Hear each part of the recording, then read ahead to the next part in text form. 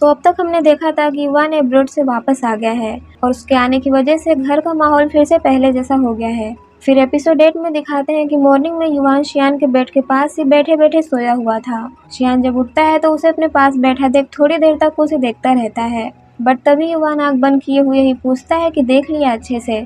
तो शियान एम्बेरस हो जाता है और टॉपिक चेंज करते हुए उसे पूछता है कि क्या तुम्हें भूख लगी है, खाने के लिए हम कहीं बाहर चलते हैं और मैं सानपांग और शियोंग को भी बुला लेता हूँ। तो युवान कहता है कि परेशान होने की जरूरत नहीं है, हम घर पे भी खा सकते हैं।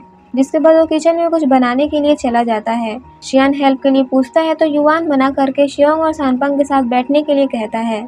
और यहाँ शियोंग और सानपांग जिन्होंने क्लाइंट्स के साथ सुबह होने तक पिया था, इसलिए उनके सर में अभी भी बहुत दर्द था। खाना रेडी होने पे युवान सभी को खाने पे बुलाता है।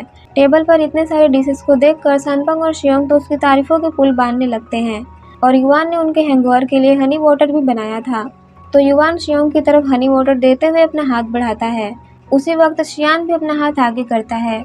शियान को लगा था कि हमेशा की तरह युवान उसे सबसे पहले देने वाला है, लेकिन इस बार ऐसा नहीं हुआ। तो शियान अपना हाथ पीछे कर लेता है और सबको देने के बाद युवान शियान को हनी वाटर देता है और इस बात को सानपांग भी नोटिस कर लेता है। जिसके बाद सभी खाना स्टार्ट करते हैं। शियोंग कहता है कि तुम्हारा भाई बहुत अच्छा खाना बनाता है, हमें उसके लिए एक रेस्टोरेंट खोलना चाहिए। सानपांग कहता है कि हाँ बिल्कुल, फिर तो मैं भी इन्वेस्ट करूंगा। तो शियान कहता है कि हमें ऐसे ही पैसे बर्बाद नहीं करने चाहिए। तो शियोंग कहता है तुम इसके बड़े भाई हो, तुम ऐसा कैसे कह सकते हो, हमें इसे हमेशा आगे की तरफ पुश करना चाहिए। जिसके बाद वो सभी को युवान के लिए टोस्ट करने के लिए कहता है, क्योंकि अब वो एब्रोड से अपनी स्टडी पूरी करके वापस आ गया है और साथ ही साथ अब उसके पास इतनी अच्छी कुकिंग स्किल भी है। जिसके बाद सानपांग युवान से कुछ कहने के लिए उसे बुलाता है। शायद वो युवान से उस वक्त के लिए माफ़ी मांगना चाहता था जब उसने शियान को युवान को एब्रोड भेजने के लिए आइडिया दिया था, लेकिन युवान उसके कुछ कहने से पहले ही उसे थैंक यू कहता है और साथ ही साथ ये कहता है कि आपकी वजह से ही मुझे एब्रोड जाने का मौका मिला और अभी जो मेरे पास है वो कभी नहीं होता अगर आप नहीं होते। मैं सच में बहुत ग्रेटफुल हूँ। तो सानपांग कहता है कि मैं और तुम्हारे भाई बहुत खुश हैं कि तुमने इसे जाने दिया। बट ये सारी बातें सुनकर शियान को ऐसा लग रहा था जैसे कि वो टोंट मार रहा हो। वो बस हैरान होता है कि युवान अब पहले वाला युवान नहीं रहा। फिर खाने से उठने के बाद सानपांग और शियान लिली के लिए भी खाना टेबल पर रख देते हैं और फिर सानपांग किचन में शियान के पास आकर कहता है कि मुझे लगता है कि युवान अब बड़ा हो गया है, वो बिल्कुल चेंज हो गया है। तो शियान कहता है कि मुझे तो लगता है कि वो ये सब बस जानबूझ के कर रहा है। तो सानपांग कहता है कि नहीं, ऐसा नहीं है, उसने अभी तो कहा कि वो उन सब बातों को भूल जाएगा, ये सब बातें सिर्फ तुम्हारे दिमाग में हैं। तो शियान कहता है शायद मुझे उसे देखे हुए बहुत वक्त हो गया है ना, इसलिए मैं भूल गया हूँ कि वो अपने आप भी बड़ा हो सकता है। तो सानपांग कहता है कि मुझे तो लगता है कि वो नहीं, तुम बड़े हो गए हो। युवान घर आ गया है तो तुम अब उसके लिए फ्रूट्स काट रहे हो या फिर तुमने अपना ख्याल रखना स्टार्ट कर दिया है। तो शियान इरिटेट होते हुए कहता है कि तुम बहुत अनोइंग हो और फिर किचन में खड़े खड़े सानपांग को थोड़ा सफोकेशन होने लगता है। तो वो अपना कॉलर ढीला करते हुए कहता है कि यहाँ बहुत सफोकेशन हो रही है, तुम्हें नहीं लगता कि यहाँ एक एसी लगवा लेनी चाहिए। और तभी शियान सानपांग के गले के पास कुछ निशान देखता है तो वो शियान से कहता है कि शायद तुम्हें मस्कीटो ने काट लिया है। तो सानपांग ये देख के डर जाता है और उसे छुपाते हुए कहता है कि नहीं, ये बस किसी चीज का इन्फेक्शन है। और फिर वो वहाँ से अपनी नजरें चुराकर चला जाता है। जिसके बाद सारे बैठ के बात कर रहे होते हैं और तभी लिली भी आ जाती है। तो शियान लिली को खाने के लिए कहता है और वो भी उसके साथ बैठकर उसके दिन के बारे में पूछने लगता है कि आज का दिन उसका कैसा था। तभी वो लिली के नेक पे भी वही निशान देखता है जो सानपांग के नेक पे था। तो वो लिली से पूछता है कि ये कैसे हुआ। तो लिली बताती है कि ये बस एक छोटी सी इंजरी है। तो शियान सानपांग को बुलाता है और उसका कॉलर पकड़ते हुए उसे पूछता है कि क्या कोइंसिडेंस है, एक को एलर्जी और एक को इंजरी, वो भी एक साथ, सही सही बताओ क्या चल रहा है। तो लिली सानपांग की तरफ देखते हुए शियान को कुछ न बताने का इशारा करती है, बट सानपांग सब कुछ बता देता है कि हम दोनों डेट कर रहे हैं। तो शियान किचन में जाता है और वहाँ से सबसे बड़ी वाली नाइफ लेकर आता है, जिसे देखकर सारे डर जाते हैं। शियोंग जल्दी से आकर उसे शांत करता है और युवान बस बैठे बैठे ये सब देखते हुए मजे ले रहा था, जैसे कि कोई मूवी चल रही हो। शियान कहता है मैंने तुम्हें अपनी बहन का ध्यान रखने के लिए कहा था और तुमने ये किया।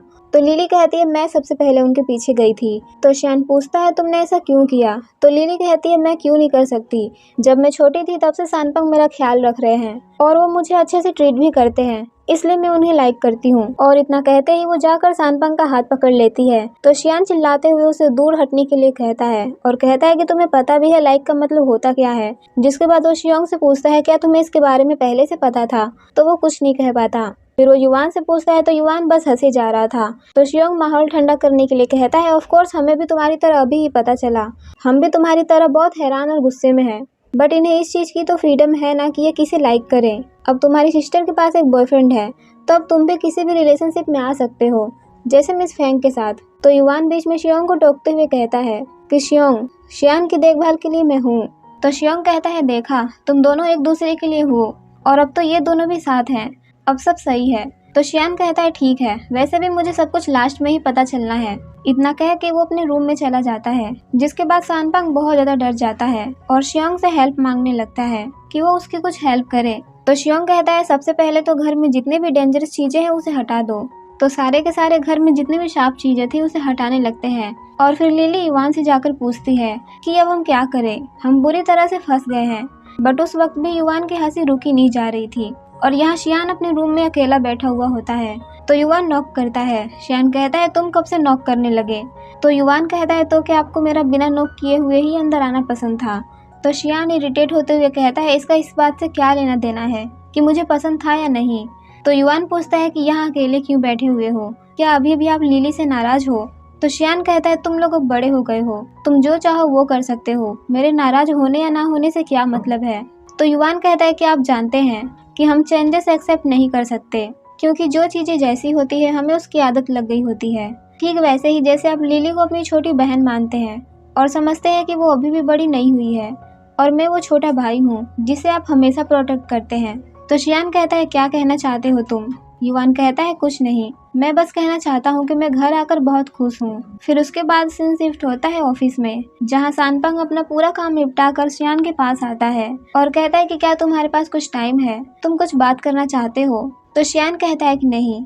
तो सानपांग कहता है, अगर तुम बिजी हो तो मैं तुम्हारा वेट कर सकता हूँ, मैं तुम्हें घर छोड़ दूंगा। तो शियान कहता है कि जरूरत नहीं है और तभी वहाँ शियोंग आता है और ये सीन देखकर उसे सानपांग के लिए बहुत बुरा लगता है। तो वो अपनी तरफ से सानपांग को बाय करके शियान को ऑफिस में बुलाता है और उससे पूछता है कि तुम अभी भी सानपांग से गुस्सा हो? कभी कभी अगर हम किसी को पसंद करते हैं तो हम इसका कुछ नहीं कर सकते, समझे तुम? तो क्यों नाराज हो? तो शियान कहता है, क्या होता अगर ये तुम्हारी बहन होती तो? और मैं नाराज हूँ क्योंकि उन्होंने मुझसे छुपाया। अगर तुमने मुझे सही टाइम पे बता दिया होता तो मैं कुछ घूंसे मारकर बात निपटा देता, बट उसकी जगह मैंने उनके गले पे वो निशान देखा।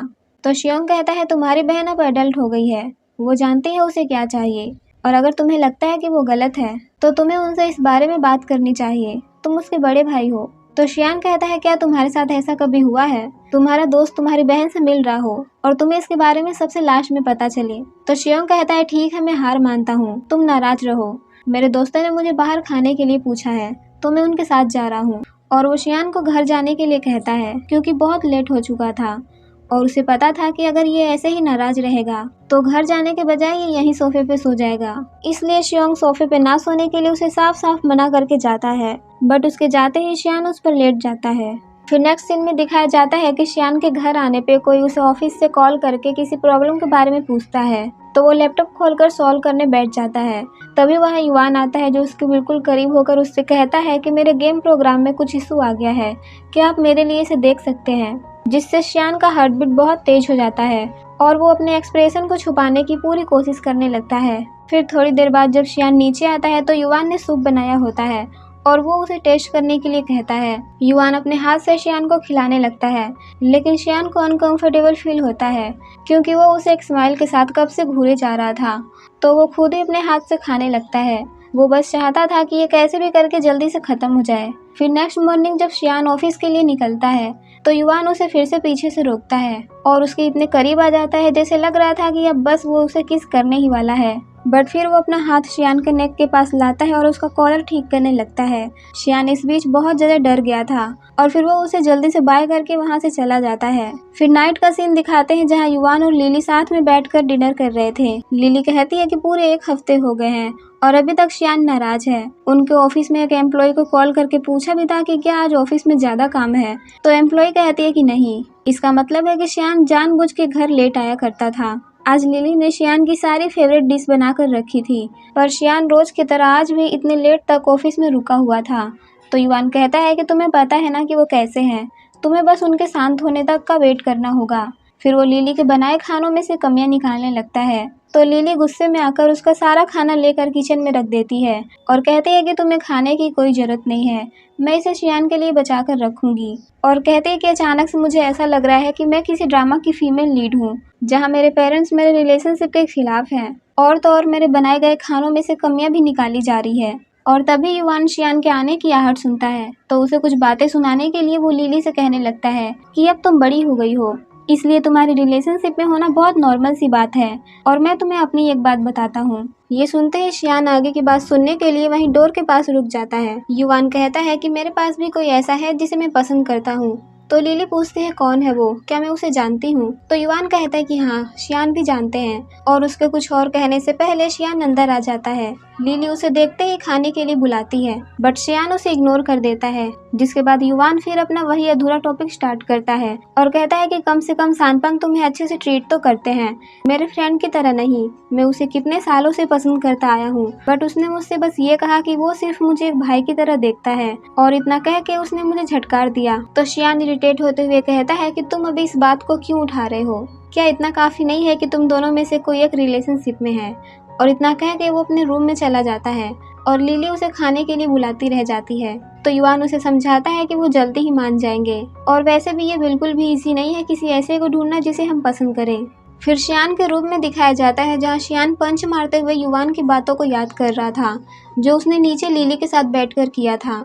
और तभी लिली उसके डोर के पास आती है और उससे कहती है कि इससे कोई फर्क नहीं पड़ता कि मैं किसे डेट करूं, मैं हमेशा आपकी वन एंड ओनली लिली रहूंगी। भाग्य ने जो कुछ भी हमें दिया है, चलो इसे साथ में एंजॉय करें।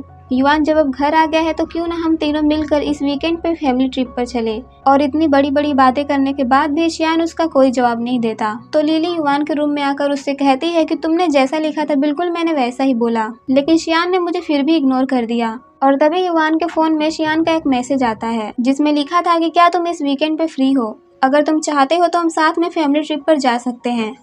और ये मैसेज लिली देखते ही पूछती है कि इनवाइट तो मैंने उन्हें किया था, तो वो तुमसे क्यों पूछ रहे हैं? तो युवान कहता है क्योंकि उन्होंने तुम्हें बर्थ नहीं दिया बट मुझे अडॉप्ट किया है। तो लिली पूछती है तुम इतने टाइम से घर से दूर थे, तुम्हें डर नहीं लगा कि तुम हमसे अलग हो जाओगे? तो युवान कहता है कि डर था बट फिर भी कोई बात नहीं, क्या तुमने कभी बिहेवियरल साइकोलॉजी के बारे में सुना है? तो लिली ना कहती है। तो युवान बताता है कि बिहेवियरल साइकोलॉजी में 21 डेज का इफेक्ट होता है। मेरा मानना था कि अगर मैं लगातार कोशिश करता रहूँगा तो मैं इन 21 डे के साइकिल से इस गैप को फील कर सकता हूँ। तो लिली कहती है कि अगर तुम मेरे भाई नहीं होते ना तो सच में मैं सोचती कि तुम एक चार्मिंग मैन हो। तो युवान उससे मजाक करते हुए कहता है कि किसी को पसंद करना इसमें इसका कोई लेना देना नहीं है कि वो कौन है। जैसे तुमने कभी नहीं सोचा होगा कि तुम कभी सानपंग को लाइक करोगी, वो पर्सन जिसने तुम्हारे डायपर्स तक चेंज किए हैं। तो लिली चिल्लाते हुए कहती है कि उन्होंने कभी मेरे डायपर्स चेंज नहीं किए थे। फिर नेक्स्ट सीन में दिखाया जाता है कि शियान और युवान ट्रिप पे जाने के लिए तैयार हैं, बट तभी लिली कॉल करके बताती है कि उसे काम से अब्रॉड जाना पड़ा, इसलिए वो नहीं आ सकती। तो शियान नेक्स्ट वीक चलने के लिए कहता है, बट नेक्स्ट वीकेंड तो युवान बिजी था। तो युवान कहता है कि अगर आप नहीं चाहते तो कोई बात नहीं। फिर वो सामान उतारने ही वाला होता है कि शियान उसे रोक देता है। फिर दोनों जाने के लिए कार में बैठते हैं और युवान फिर शियान की ओर पिछली बार की तरह देखने लगता है। तो शियान को सीट बेल्ट याद आती है, तो वो जल्दी से अपना सीट बेल्ट लगा लेता है क्योंकि उसे डर था कि पिछली बार की तरह फिर से युवान वही हरकत ना करे। फिर अपने डेस्टिनेशन पे पहुंचने के बाद युवान इस बार अपने सारे काम खुद करता है। तो शियान पूछता है तुम फिशिंग में इतने अच्छे कब से हो गए? तो युवान बताता है कि जब मैं अब्रॉड में था तो वहाँ पे हाइकिंग और फिशिंग के लिए अकेले जाता था। जब मैं इमेजिन करता था कि आप मेरे साथ हो तो मुझे लोनली फील नहीं होता था। फिर वो शियान से पूछता है कि क्या आपको मुझसे कुछ कहना है? तो शियान कहता है कि अब मेरे लिए अपनी फीलिंग्स मत रखो, उनसे तुम्हें कुछ नहीं मिलेगा। तो युवान पूछता है कि आपको क्या लगता है कि मुझे आपके लिए अभी भी फीलिंग्स है? आपको याद है जब कुछ साल पहले आपने मुझसे पूछा था कि मैं क्या करूंगा अगर जिसे मैं लाइक करता हूँ वो किसी दिन मैरिज कर ले? तो शियान कहता है कि हाँ, तुमने कहा था कि तुम पागल हो जाओगे। तो युवान कहता है कि हाँ, लेकिन अब मेरा आंसर चेंज हो गया है। अब्रॉड में मैंने इसके बारे में बहुत सोचा, इससे अब मुझे कोई फर्क नहीं पड़ता कि जिस पर्सन को मैं लाइक करता हूँ वो किस स्टेज में है। जब तक वो खुश है, भले ही उसकी शादी हो जाए, बच्चे हो जाए या फिर वो बूढ़ा हो जाए, जब तक वो मेरे आसपास है और मैं उसे देख सकता हूँ, उनके साथ रह सकता हूँ, इतना मेरे लिए काफ़ी है। फिर वो शियान के सामने बैठ के पूछता है कि आप युवान को पसंद नहीं करते हो? अगर आप करते भी हो तो बस इसलिए क्योंकि हम भाई हैं और हमारे बीच जो कुछ भी है वो आप चाहते नहीं कि आपकी हिम्मत नहीं है। और इसी सीन के साथ ये एपिसोड यहीं ख़त्म होता है। मिलते हैं आपसे नेक्स्ट एपिसोड में, तब तक के लिए बाय।